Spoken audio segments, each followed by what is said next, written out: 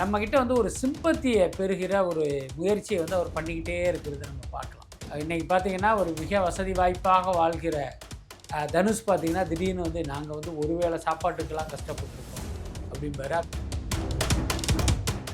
விஜயினுடைய வருகைக்கு முன்பு இன்னொரு எம்ஜிஆர் தமிழ்நாட்டு மக்கள் ஏற்க மாட்டாங்க. எம்ஜிஆரோட அந்த கதை முடிஞ்சிருச்சு. ஆனால் இன்றைக்கு அதையெல்லாம் பொய்யாக்கி மக்கள் விஜயை தமிழ்நாட்டின் முதலமைச்சராக அமர வைத்த பிறகு சி ஜோசப் விஜய் எனும் நான்.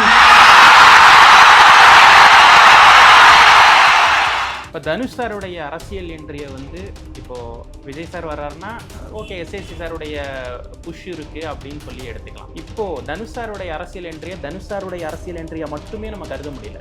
பக்கத்திலேயே அவருடைய மாமனார் ரஜினிகாந்த் அவர்களுடைய அந்த அரசியல் என்ட்ரி, அவருடைய அந்த விஷயங்கள் எல்லாத்தையும் சேர்த்து கம்பேரிசன் பண்ணுவீங்க. திடீர்னு ஒரு தமிழின தலைவர் அப்படிங்கிற அந்த அடைமொழியெல்லாம் இருக்குல்ல, அது வந்து ரொம்ப அபத்தமானது. இது டைரக்டா அவருடைய கெரியருக்கே ஆமாம். என்ன காரணம்னா இந்த விழாவில் அவர் பேசிய பேச்சு அப்புறம் பல பேரை வந்து தன்னுடைய காலில் விழுவதை அனுமதித்து அன்றைக்கு எஸ்சிஎஸ்சிக்கு வந்த அந்த ஆசை வந்து இன்னைக்கு கஸ்தூரி ராஜாவுக்கு வந்ததா நம்ம எடுத்துக்கலாம். அப்படி யார் தான் சார் அவர் வளர்ச்சியை தடை பண்றா? அந்த கேள்விதான் சார் $1,000,000 கொஸ்டின். யார் தடையாரு? அப்படி சொன்னார் அப்படின்னா அது யாரை குறிக்கும் அப்படின்னா இது வெறுமனே ஒரு படத்தினுடைய ப்ரொமோஷனுக்காக பேசின பேச்சு இல்லைங்கிறது இப்போதான் புரிஞ்சுக்க முடியும். இதற்கு முன்னும் தனுஷ் வந்து பல பிறந்த நாள்களை கொண்டாடி இருக்காரு, பல முறை ரசிகர்களை சந்திச்சிருக்காரு. அன்றைக்கு அப்போ நடக்காத விஷயம் வந்து இந்த ரசிகர் சந்திப்புல நடந்ததை பார்க்கும்போது இவர் நிச்சயமாக அரசியலை நோக்கி நகர்ந்து வர்றாரு அப்படின்னு புரிஞ்சுக்க வேண்டியதாக இருக்கு. எல்லா நடிகர்களுமே தன்னுடைய ரசிகர்கள் அறிவில் வளர்ந்துடக்கூடாது, அவன் வந்து ஒரு முட்டாளாக இருக்கணும், அப்படி இருந்தால் தான் அவன் நமக்கு விசில் அடிப்பான், நமக்கு தோரணம் கட்டுவான், நம்ம கட் அவுட்டுக்கு போய் பாலை ஊற்றுவான். அதனால் இவன் எந்த வகையிலையும் அறிவில் சிறந்தவனாக வந்துடக்கூடாதுங்கிறதுல தான் எல்லா நடிகர்களுடைய கவனமும் இருக்கும்.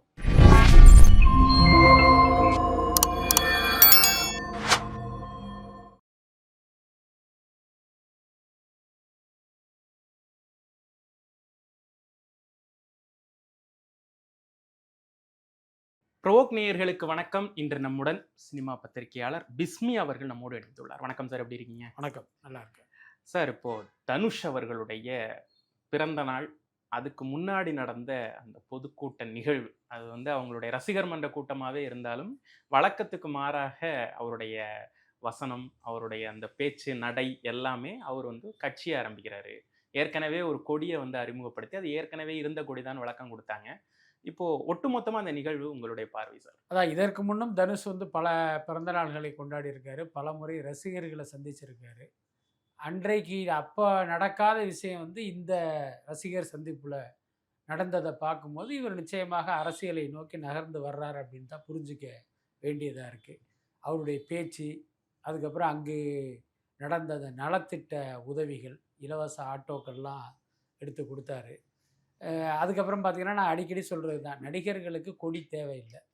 நீங்கள் உங்கள் படம் ரிலீஸ் ஆச்சுன்னா ரசிகர்கள் வந்து கொடி தோரணம்னு கட்டிக்கிட்டு இருப்பாங்க.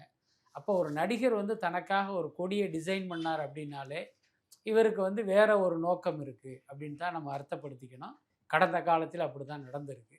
அப்போ இவரும் பார்த்திங்கன்னா அந்த மாதிரியான ஒரு கொடியை டிசைன் பண்ணி அப்புறம் அவர் பேசிய பேச்சு அதெல்லாம் வச்சு பார்க்கும்போது இவர் அரசியலுக்கு வரப்போகிறார் அப்படின்னு தான் நமக்கு தோணுது. இன்னொரு பக்கம் அவருடைய ரசிகர் மன்ற தலைவர் சுப்பிரமணிய சிவா, அவர் பார்த்திங்கன்னா சமீபத்தில் தனுஷ் வந்து அதை உரிய நேரத்தில் அறிவிப்பார் அப்படின்னு சொல்கிறாரு. இப்போ இவர் அரசியலுக்கு வரலை அப்படிங்கிறது உண்மையாக இருக்கும் பட்சம் அதை எதுக்கு உரிய நேரத்தில் அறிவிக்கணும்? இப்போவே நீங்கள் சொல்லிட்டு போயிடலாமே, இல்லைப்பா நான் ரசிகர்களோட பேசினேன், அவங்கள உற்சாகப்படுத்துறதுக்காக அப்படி பேசினேன், அது பண்ணேன், இது பண்ணேன், இதை எல்லாரும் அரசியல்னு புரிஞ்சுக்கிட்டாங்க, அப்படியெல்லாம் எந்த ஐடியாவும் இல்லைன்னு சொல்லிட்டு போகலாம், பட்டவர்த்தனமாக சொல்லிட்டு போயிடலாம். ஆனால் அந்த உரிய நேரத்தில் அறிவிப்பார் அப்படின்னா அங்கே ஒரு பொடி வச்சு பேசுகிறத வச்சு பார்க்கும்போது சாரும் அந்த இடத்துக்கு தான் வர்றாரு அப்படிங்கிறத தான் புரிஞ்சிக்க வேண்டியதாக இருக்குது. இல்லை, ஆரம்பத்துல இருந்தே வந்து அந்த பொடி வைக்கிறது தான் பயங்கரமாக போய்கிட்டு இருக்கு தனுஷ் சாருடைய சைட்டில். ஏன்னா தனுஷ் சாருமே ஃபுல்லாக வந்து மறுக்கலை. நீங்க வந்து அவருடைய பேச்சிலையுமே வந்து போயஸ் கார்டன்ல வந்து வீடு வாங்க கூடாதா நான்லாம் அப்படிங்கிற அந்த இதான் இப்படி ஹேண்டில் இல்ல பண்றாரு அதுதான் அரசியல்லையும். அதுதான் நான் சொல்ல மறந்த விஷயமும் கூட. நீங்க தனுஷுடைய சமீப கால பேச்சுக்களை எல்லாம் தொகுத்து பார்த்தீங்கன்னா, நம்மகிட்ட வந்து ஒரு சிம்பத்திய பெறுகிற ஒரு முயற்சியை வந்து அவர் பண்ணிக்கிட்டே இருக்கிறத நம்ம பார்க்கலாம். என்னன்னா, நெறைய நடிகர்கள் இருக்காங்க. அதில நம்மளும் ஒருத்தரு. அப்படின்னு இல்லாம, மற்றவர்களை விட நான் வந்து ரொம்ப கஷ்டப்பட்டு இந்த இடத்துக்கு வந்திருக்கேன். அப்படிங்கிற அந்த அந்த சென்ஸ்ல தான் அவருடைய ஒவ்வொரு பேச்சுமே இருக்கும். இன்னைக்கு பார்த்தீங்கன்னா, ஒரு மிக வசதி வாய்ப்பாக வாழ்கிற தனுஷ் பார்த்தீங்கன்னா, திடீர்னு வந்து நாங்க வந்து ஒரு வேளை சாப்பாட்டுக்கெல்லாம் கஷ்டப்பட்டுருக்கோம் அப்படிம்பாரு. அப்புறம் இட்லி கடை ப்ரொமோஷன்ல பார்த்தீங்க அப்படின்னா, சின்ன வயசுல நாங்க போய் ஒரு வேலை பார்த்தா தான் ஒரு இட்லிய சாப்பிட முடியும் அப்படின்லாம் அவர் சொல்லுவாரு. ஸோ இது எல்லாமே பார்த்தீங்கன்னா, இது வெறுமனே ஒரு படத்தினுடைய ப்ரொமோஷனுக்காக பேசின பேச்சு இல்லைங்கிறது இப்போ தான் புரிஞ்சிக்க முடியுது. முதல்ல நம்ம என்ன நினச்சோம் அப்படின்னா, ஒரு படத்தை ஓட வைக்க, அந்த மக்களோட வந்து கனெக்ட் பண்ணுறதுக்காக பேசுகிறாருன்னு நம்ம நினச்சோம். ஆனால் இப்போ தான் அது எல்லாத்தையுமே தொகுத்து பார்க்கும்போது, அடடா இது எல்லாத்துக்கும் காரணம் வேற. ஸோ மக்களுடைய அபிமானத்தை பெறுவது, அவருடைய அனுதாபத்தை பெறுவது, அதுக்காக தான் இப்படியெல்லாம் அவர் பேசினார் அப்படின்னு இப்போ தான் தோணுது நமக்கு. உங்களுடைய பதில்ல இருந்தே நான் கேள்வி எடுக்கிறேன் சார். என்ன அப்படின்னா, அவரு நீங்க சொன்னீங்க, கொஞ்ச காலமாவே அந்த பேச்சு எல்லாமே ஒரு அனுதாபத்தை கிரியேட் பண்ணுது. அப்படி யார் தான் சார் அவர் வளர்ச்சியை தடை பண்றா? அந்த கேள்வி தான் சார் $1,000,000 கொஸ்டின். யார் தடையா இருக்கா? யாருமே தடையா இல்ல. அதுதான் உண்மையான விஷயம். அதுக்கு அடுத்து மற்றவர்கள் தடுத்து நிறுத்துகிற இடத்தில் வந்து தனுஷ் இல்ல. அந்த உயரத்தை தாண்டிட்டார். நிச்சயமா அதுல எந்த மாற்றமும் இல்ல. எல்லாத்துக்கும் மேல நீங்க முதல்ல புரிஞ்சுக்கணும்.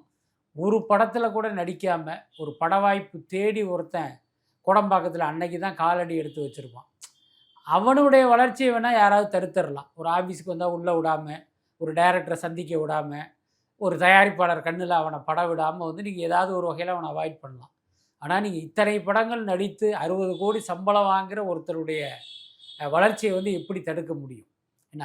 அதுக்கு அடுத்து பார்த்தீங்கன்னா, ஒரு ஒரு வாதத்துக்காக சொல்றேன். அப்புறம் ஒவ்வொரு ஆட்சி காலத்திலும் சினிமாவை வந்து கட்டுக்குள் வச்சிருக்கிற ஒரு சக்தி இருக்கும். இப்போ உதாரணத்துக்கு திமுக ஆட்சியில பார்த்தீங்கன்னா, ரெட் ஜெயண்ட் நிறுவனம் இருக்கும்.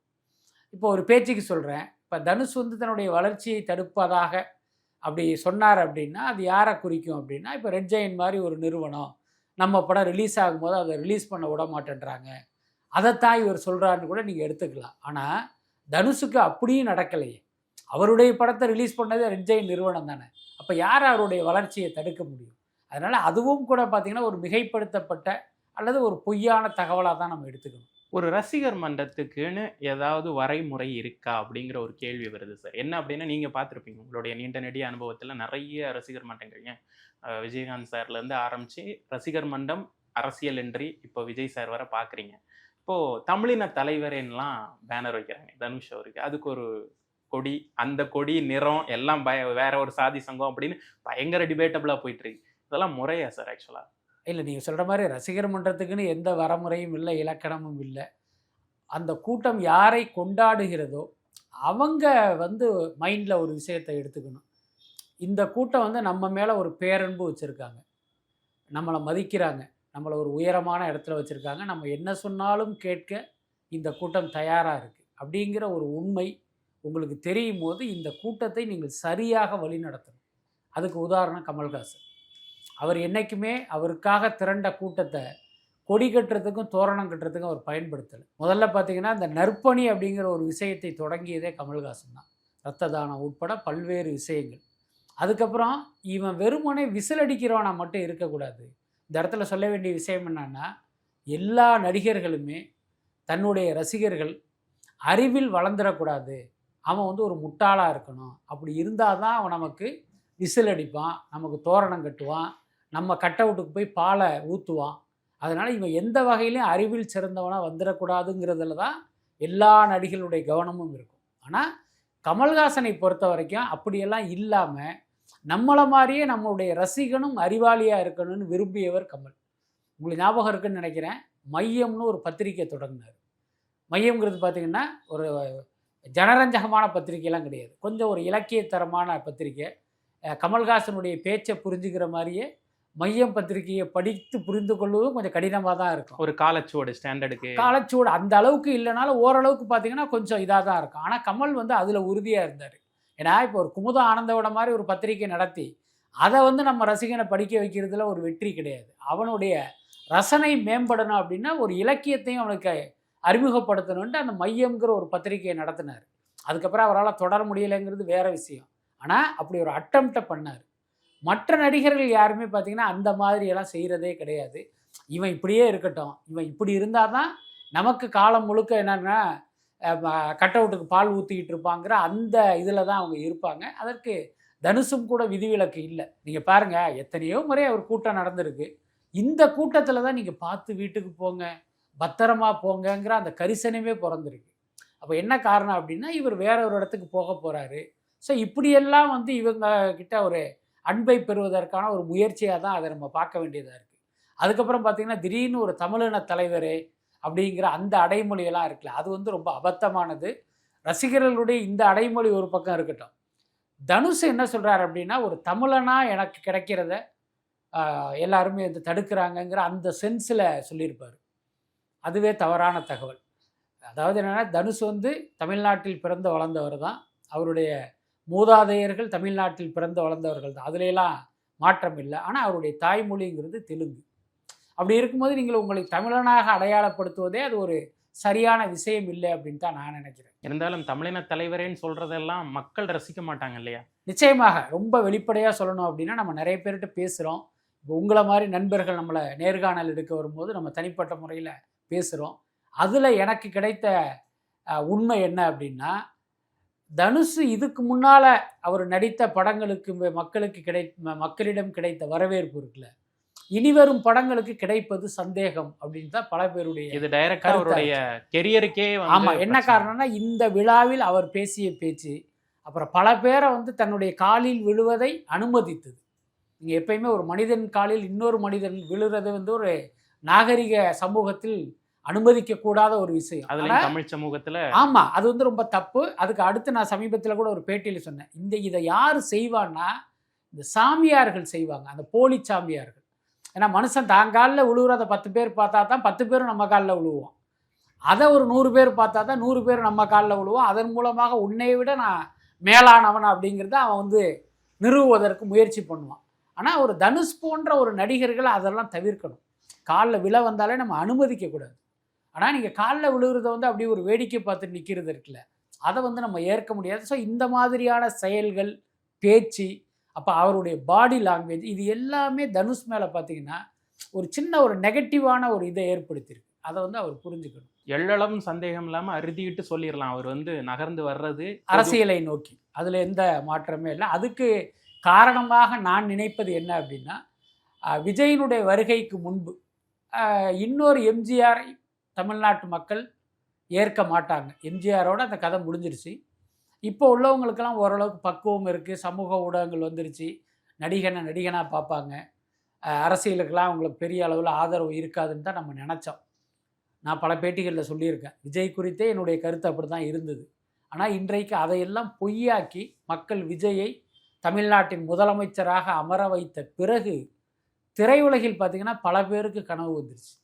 அடடா, நாமளும் வந்தால் நமக்கும் வந்து இப்படி ஒரு இடம் கிடைக்கும் அப்படின்னு ஒரு நம்பிக்கை ஏற்பட்டுருச்சு. கிட்டத்தட்ட அப்படி ஒரு நம்பிக்கை தனுஷுக்கு ஏற்பட்டதனுடைய விளைவு தான் இந்த கூட்டம்னு நான் நினைக்கிறேன். கொஞ்ச நாளுக்கு முன்னாடி கஸ்தூரி ராஜா அவர்களுடைய நேர்காணல், அதிலிருந்து தான் வந்து பிரச்சனையே ஆரம்பிக்குது அப்படின்னு சொல்லலாம். ஸோ அவருடைய உடல் மொழியுமே அவருடைய அந்த பேச்சுமே வந்து மகன் வந்து ஒரு அரசியலுக்கு வர்றதுடைய அந்த துணி இருக்கே அவர்கிட்டையும், எஸ்ஏசி சார்கிட்ட இருந்த அதே துணி வந்து இங்கேயும் இருக்கே. அதாவது என்னென்னா, ஒரு அப்பா தன்னுடைய மகன் அரசியலுக்கு வருவதை வந்து விரும்புவாங்க, ஆசைப்படுவாங்க.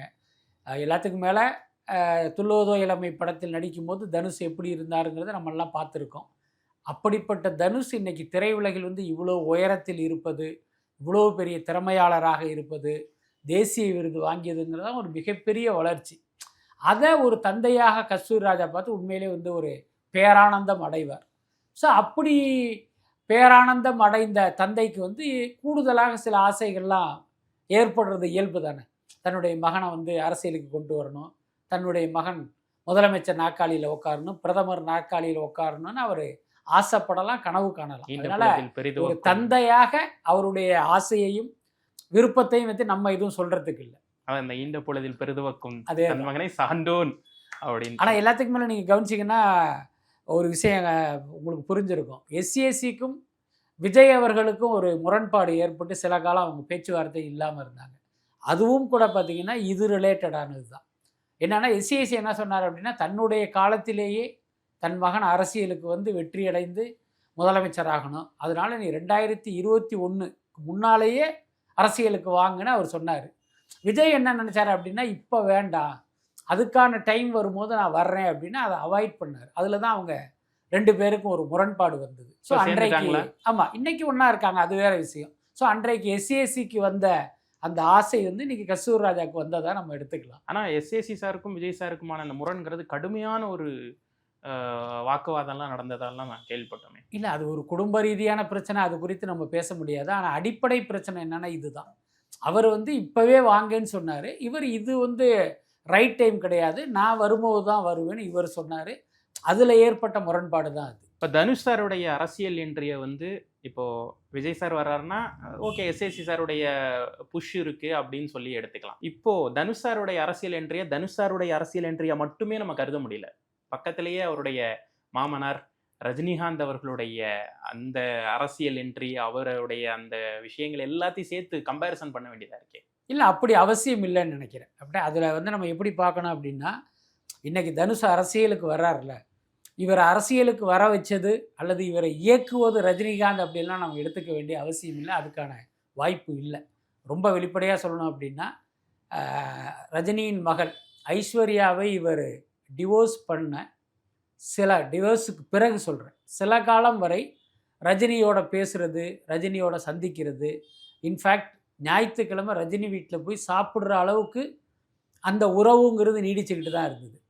அதுக்கு அடுத்த தகவல் கூட சொல்லலாம், அந்த ராமர் கோயில் திறப்பு விழாவுக்கு ஏதோ ஒன்றுக்கு ரஜினியும் தனுஷும் வந்து ஒரே ஃப்ளைட்லாம் போயிருக்காங்க. ஸோ அந்தளவுக்கு அவங்களுக்கு ஒரு தொடர்பு இருந்தது. ஆனால் ஒரு கட்டத்தில் பார்த்திங்கன்னா மெல்ல மெல்ல அவங்களுக்குள்ளே வந்து கான்டாக்டே இல்லாமல் போய் இப்போ பேச்சுவார்த்தையே இல்லை. அதுதான் உண்மையான நிலவரம். அதனால் இன்றைக்கு தனுஷ் எடுத்த இந்த முடிவுக்கு சூத்திரதாரியாக ரஜினி இருப்பதற்கு வாய்ப்பு இல்லை. ஆனால் ரஜினியுடைய தாக்கத்தில் பாதிப்பில் தான் இவர் இப்படி வந்திருப்பாருங்கிறத நம்ம மறுக்க முடியாது. எல்லாத்துக்கும் மேலே இவர் பார்த்திங்கன்னா திடீர்னு ஓம் நமச்சிவாயா அப்படிங்கிற அளவுக்கு ஒரு ஆன்மீகத்தில் நாட்டம் கொண்டவராக இருக்கார். அப்போ இவர் அரசியலுக்கு வந்து அது ஆன்மீக அரசியலாக தான் இருக்கும். அந்த ஆன்மீக அரசியல் எப்படி இவருக்கு வந்துச்சு அப்படின்னா, இவர் ரஜினியுடைய மருமகனாக அவர் வீட்டில் வசித்த போது அதில் வந்து ஈர்க்கப்பட்டு அவருடைய கருத்தியல் இவருக்குள் கடத்தப்பட்டிருக்கும். அது வந்து இப்போ இவரை அரசியலுக்கு வரும்போது நம்ம வெளிப்படுறத பார்க்கலாம். ஸோ ஏதோ ஒரு வகையில் ரஜினியுடைய பாதிப்பு இருக்குமே தவிர ரஜினி இவரை இயக்குவதாக நம்ம எடுத்துக்க முடியாது. நீங்கள் எடுத்து பார்த்தீங்கன்னா இந்த பக்கம் எஸ்ஏசி சார்னா அந்த பக்கம் கஸ்தூரி ராஜா சார், இந்த பக்கம் புசி ஆனந்த்னா இந்த பக்கம் சுப்பிரமணிய சிவா. அவரும் சட்டையிலையும் அதே மாதிரி புசி ஆனந்த் சார் எப்படி போட்டிருந்தாரோ அதே மாதிரி சுப்பிரமணிய சிவா சாரும் போட்டிருக்காரு. அதே பிறகு ஸ்பீச் எடுத்து பார்த்தீங்கன்னா விஜய் சாருடைய ஸ்பீச்சை ஒட்டிய ஒரு மாதிரி ஒரு கலவையில் தான் தனுஷ் சாரும் பேசுகிறார். என்ன சார், அதே மாதிரி ஒரு பேட்டர்ன் வந்து ஃபாலோ பண்ண முடியுமா தமிழ்நாட்டில் இன்கேஸ் அவங்க பார்ட்டியை ஆரம்பித்தா கூட?